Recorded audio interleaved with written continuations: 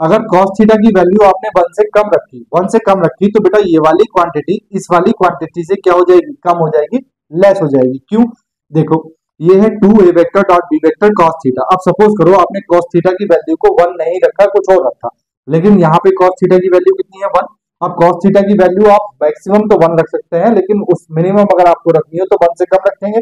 इसका मतलब अगर cos थीटा की वैल्यू यहाँ पे 1 है तो बेटा ये रिजल्ट आएगा। अगर 1 से कम है तो रिजल्ट जो भी आएगा वो इस वाले रिजल्ट से क्या होगा, लेस होगा, क्योंकि cos थीटा की वैल्यू 1 के अलावा क्या होगी, कम ही होगी, ज्यादा नहीं हो सकती।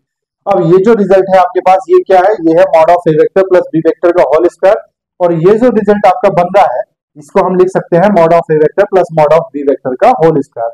दोनों तरफ स्क्वायर है, दोनों तरफ आप स्क्वायर क्या करोगे, रिमूव कर दोगे, तो आपके पास ये प्रूव होके आ जाएगा mod of A vector plus B vector is equal to mod of A vector less than equal to mod of A vector plus mod of B vector.